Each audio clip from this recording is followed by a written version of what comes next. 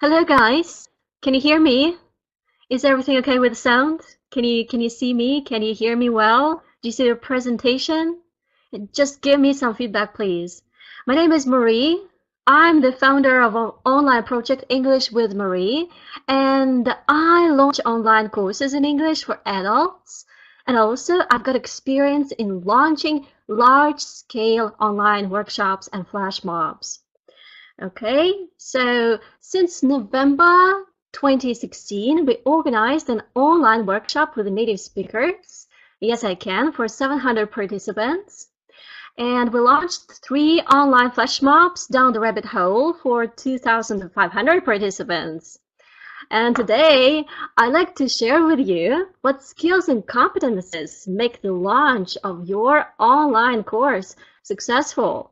What technical solutions you'd rather master, right? And how to get feedback and money from what you're doing. Okay. Yeah, nice. Hello. Hello. Great. That's wonderful. Good. There will be time for questions and answers, so please ask your questions when we finish the presentation, okay? It will be more comfortable, really. So, before we begin, I want to ask you, I assume that all of you here would like to grow your business and to earn more money. Is that so? Please tell me, why are you here? Just give me some feedback. True. Okay, good. I'm looking in the chat. Okay, nice. Yes and no. Okay, good. What about the rest? Hello. Hello, Ina. Of course. Okay, good. All right. So, one of the solutions that I will be talking about today is how to launch a big course rather than have a small groups or individual lessons, right? Before we move on to large-scale courses to the discussion, right, let's have a look at any type of service you provide, whether it is a group course, an individual course, so like a tutoring or self-paced course, right? What do you expect from your students? Because you expect something. What is it? What do you want to get for your efforts and input? Can you share any ideas? I'm here because in the future I'd like to start my own project. Super. So what do you want? What do you expect from your students? You know, I've put here a number of options for you to help. I was thinking you might be stuck here. So I'm inviting you right now to write in the chat which of these you do expect from your students, right? Maybe you can suggest your own ideas, but you can just give numbers: 1, 2, 3, 4, 5, money, engagement, time, feedback, results. So what do you expect from your students? Okay. Appreciation and income. Alexander, what is appreciation for you? How can you understand that you are being appreciated? Results and money. Results. 2, engagement, 4, feedback, and 5, results. Definitely results. All 5. Okay. Engagement, right? Okay. Engagement, results. Okay. As I predicted, actually. So we are here. We are here in the track which is called teacherpreneurship, right? And Marina, I'm sure, has told you already a lot about it. Yes, in the beginning of the track. When we're talking about teacherpreneurship, right, we are, of course, talking not only about results, not only about engagement, we're talking about money in the first place. And when we create large-scale courses, you need to understand that, okay? Money is just the form of all other payment that your student gave you. Of course, for us as teachers, results, it's the best. It's like when our students have results, we're so happy. But you should understand that results, it's for example, the other 4 types of things that I mentioned here, it's also the form of payment. So results, this is good, but you should consider money, engagement, time, feedback, and then results. And please mark that results I put on the 5th place. It doesn't mean that I don't want personal results from my students, but As a business person, as a teacherpreneur, right, I expect first of all money and then engagement, what I called. It's not, it's more than appreciation. It's time and effort that the student gives me, right, when he or she joins the course. All right. Then there is another side of the story, okay? What do you want?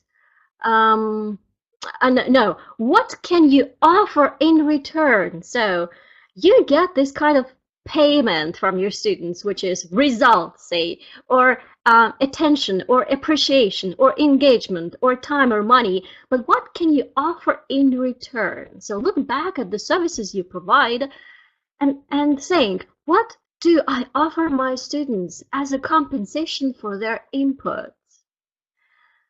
Can you think of any ideas? Okay.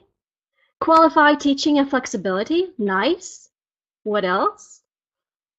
Unique knowledge. Aha. Qualitative and knowledgeable content. Okay. Okay, anything else? So, right, here I was again assuming these kind of answers because most teachers say, okay, we want results, and for that we offer like great content. Yes, we offer unique knowledge, right? And that's why they will get such big results, right? So here I mentioned what you can offer to your students, and besides, right, just new skills, new knowledge, right? You can offer new experience, you can offer new emotions, you can offer a new network or different learning environment and even different perspective on life. So think about this right now. Let it be something that you will take with yourself after our talk and think, what do I offer in return apart from knowledge and skills, right? Awesome. So when we launched the first flash mob down the rabbit hole, my idea was to show the participants that English is not boring, that it can be an adventure, a learning journey. And as our audience is, this is adults aged 30 and older, we set another goal to help each participant learn how they learn, what's efficient in this process and what's not. And finally, what we did, each time we did flash mob, we offered them to try different learning techniques on the English language topic we brought up in our flash mob. So what do you think we asked for, and what do you think we offered at our flash mobs? Any ideas based on this objective, right? Well, I will start right away. So, what we did, yes, at the third flash mob, we asked for participants' engagement, time, and feedback as the type of payment. So we want people to be really highly engaged, to spend time and focus their attention on what they were doing, and of course give us feedback so we could understand what was right, what was wrong. And for this we offered, and please pay attention here, we offered new emotions, we offered new network, and we offered different learning environment. So this is what we were offering, not kind of unique knowledge, not kind of, unique kind of information. No, we were offering new emotions, different learning environment instead. So looks like this is more than just being a teacher. Yes, and what kind of skills do you need then? Well, now I can say that if the content of your course creates new emotions, this is something that can make it big. So there were about 100 people at our flash mob. That was November last year. And in May 2017, there were almost 2,000 participants. What we did, we brought emotions into the learning process. And this requires that you, as a creator, as a teacher, you step out of your comfort zone and you start doing something new and sometimes quite challenging because, okay, we're teachers, we are professionals, and we are accustomed to giving like really good knowledge, but we're forgetting about something else. So I mentioned here 3 most important things that had the biggest impact on my course launches, right? All 4 of them that I mentioned. First of all, learn to handle one-way communication. Yes, promote communication and sharing among participants, and also be creative. So let's start. Big formats, it's always about you speaking and the mass of people listening. It means that you should learn to handle webinars, right? It's about technology in the first place. So learn how to go live on Facebook, on VK, on Instagram.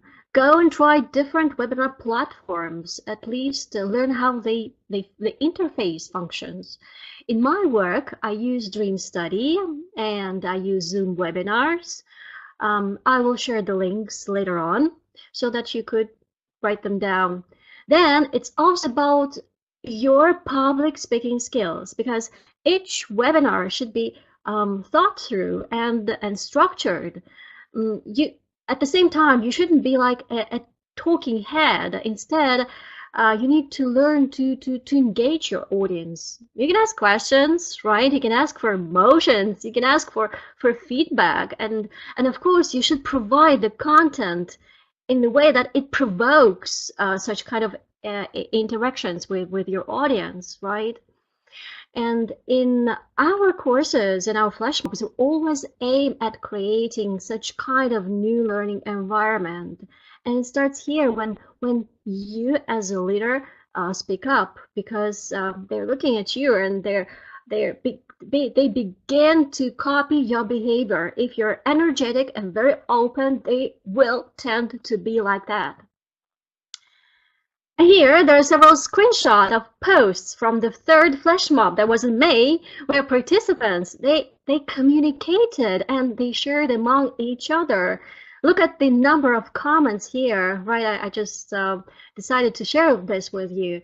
The people there, those 2,000 people, well, only part of them participated actively, of course, 2,000 registered, but even those 800 people who were very active here, they were not talking to me. They were not answering my kind of questions. They started talking with each other. And as the result, you can see what kind of interaction we had in our closed group. So the other life hack, start creating communities. Let people hang out together and network. And this is what Oda was just telling you about when she was talking about her mom's club, right? Create communities, right? And when you create communities, finally, it's also about being creative. There's so much information out there on the market that when you say, I've got something unique for you, I've got some knowledge that you need to know, and this is only I know. This is wrong. There's so much information on the market that people, first of all, they can find all this information. Nothing new is being invented. At the same time, people get really blind. They don't see, don't pay attention. They cannot focus because of so much information on the market, right? So what I'm asking you here is, what I'm sharing with you about is that try to create new things. Be original. Do not copy paste. People in the first place, well, my adult audience, I'm talking about those in the first place, not kids. They're looking for new emotions when they learn. And it's your creativity that will give them these kind of emotions, right? It starts with basics, such as It's a place where people register for your event. Nowadays, it's almost a must, yes, to have a so-called gathering spot. It can be an event in social network, Facebook or VK. It can be an event on TimePad. Do you know what TimePad is? It can be a landing page that you create. And here I use personally Tilda. This is the constructor of landing pages, and I will show the link as well. And it can be as well your own page, private page on Facebook or in VK. It can also be your gathering point, but you should choose something to design it, right? This spot should convey not only your products, it should convey your personal brand, I would say. It should convey who you are. It should convey what emotions you want to trigger within your audience. So for our fourth flash mob, for example, now you see the pictures for our flash mob. We not only created our own metaphors of this learning journey, yes, down the rabbit hole, that's a learning journey, but we created our own illustrations for this flash mob. So these are what we drew. Yes, we elaborated our own almost characters. We took the image, but we put something else inside. So this is a real adventure. This is a real journey when our participants join our flash mob. And our participants come from different channels, right? Firstly, it's my email database and the community of subscribers that I've got, that I develop. And then it's advertising in Facebook and in VK. And because our message is so much emotional, right? Because our advertising campaigns are quite interesting and very different from what is else on the market. We have quite a low price per click, so it's around 15-20 rubles per registration. This is I consider a very good price. And our audience is adult people, right? Starting from 27, 30 up to 60. And I should tell you that people from 40 years old, they are very, very, very active. But sometimes they are not really good with technical part, technical side of the story. So we also think about this technical support. We make the instructions really, really, really clear. Yes. And finally, what we do, we attract participants via partnership programs. We have official partnership partners, and if you're interested, you can register as a partner as well, who promote Flash Mob, and whenever a participant, any student registers using the partnership link, he automatically becomes so kind of client of this partner, right? And every time this participant buys anything after our flash mob, right, our partners, they get paid.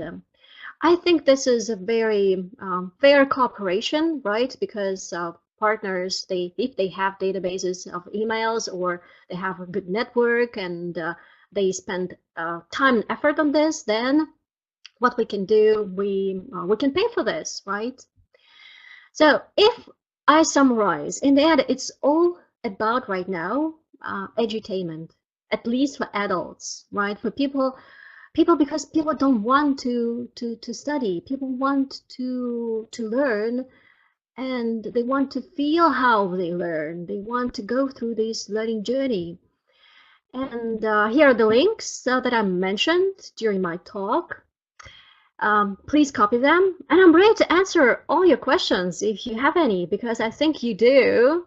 Here are my contacts over here, right? Please feel free to get in touch with me, and let's chat a bit. Give me some feedback. Did you were inspired? So they ask you for the links. Yeah, right. Here they are. So what pitfalls did you have during launching your online course? I mean, did you have anything which didn't work during the first one, for example, during the first attempt, and which worked later much better? Oh, right. So if I scroll back, so here, this is the third flash mob, right? The first one, it was about 150 people who registered and around 75 participated. Yes, it was absolutely new. Nobody could understand what it was about. And we had to spread the word first. The second flash mob, which was in February, we did the second attempt, second try. There were around 500 people who registered, and 300 they participated till the very end. And then we got the idea.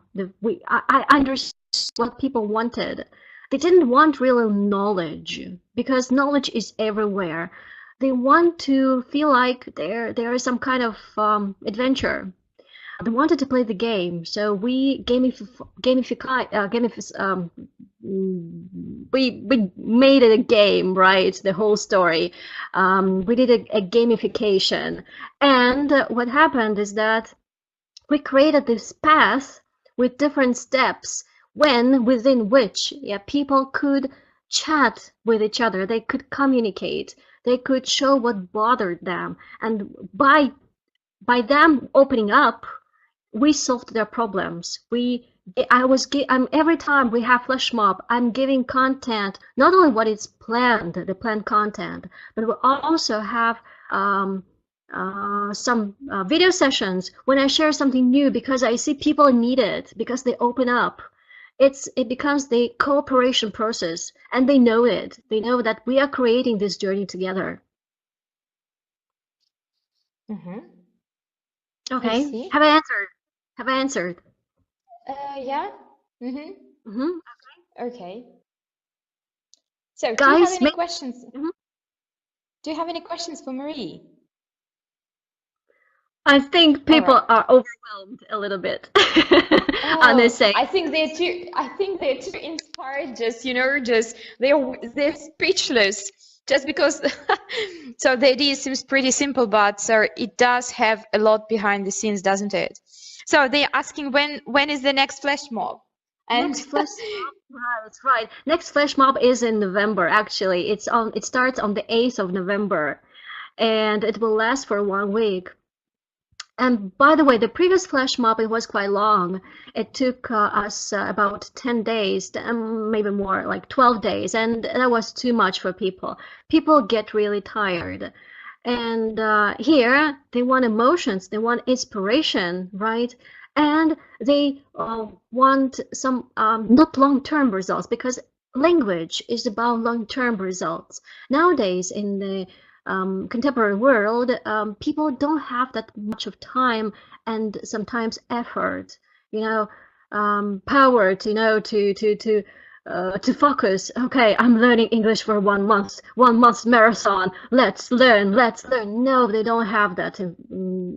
This is us teachers who are thinking that our students should live within the content, but my students, they're grown-ups. They have families, they have work, they have some other hobbies. They go to conferences. They want to do something else. They read books. They want to watch movies. And all of a sudden, I'm here with my English. Um, I'm actually competing for their time in the first place, not money, for their engagement. And that's why we decided not to offer like standard, online marathons, standard online courses. No, it's not about that. People come to participate, they feel that this is what I like, this is what I want, and then they stay with us, and after a while they start buying. That's the point. What time is so what time is the best for online flash mobs? That's a good question. Right now, my audience is in the central region, which means that I assume that my audiences might be at least maximum, not at least maximum 2 hours in ahead of Moscow time. So we start at around 8. Yes, so they can watch at 10 till midnight. This is difficult for them. But I also have students who are like from like 4 or 6 hours ahead of Moscow time, and this is a challenge for us. Right now, we stick to 8 p.m. I see. if I were to launch, for example, an online flash mob tomorrow, 3 pieces of advice you would give me. I mean, like, yes. Okay. First of all, there should be something that you should be really passionate about because all online activities, and if you're a leader of this, it's about your energy, right? And you should transmit this energy through the screen. The difficult point with online is that I don't see you guys. You're there. I don't see your eyes. I don't see your emotions. I don't see when you smile, when you don't like something, right? I can only feel it. And my level of energy should be really, really, really high, right? In order to engage you into this process. So when you decide to go online to launch such a big story, you need to be really inspired by something. You really want to do it no matter what. Yeah. So that's the first. Second, don't be afraid of mistakes. I often see how teachers, how professionals are they get stuck because they think, oh, okay, I'm professional here. I cannot make mistakes. This is not right. Yes, there's always it's always okay to make mistakes because by making mistakes, basically learn, you develop. So do not be afraid that it won't work. Okay, it won't work, but it's great experience that now you know how to make it differently.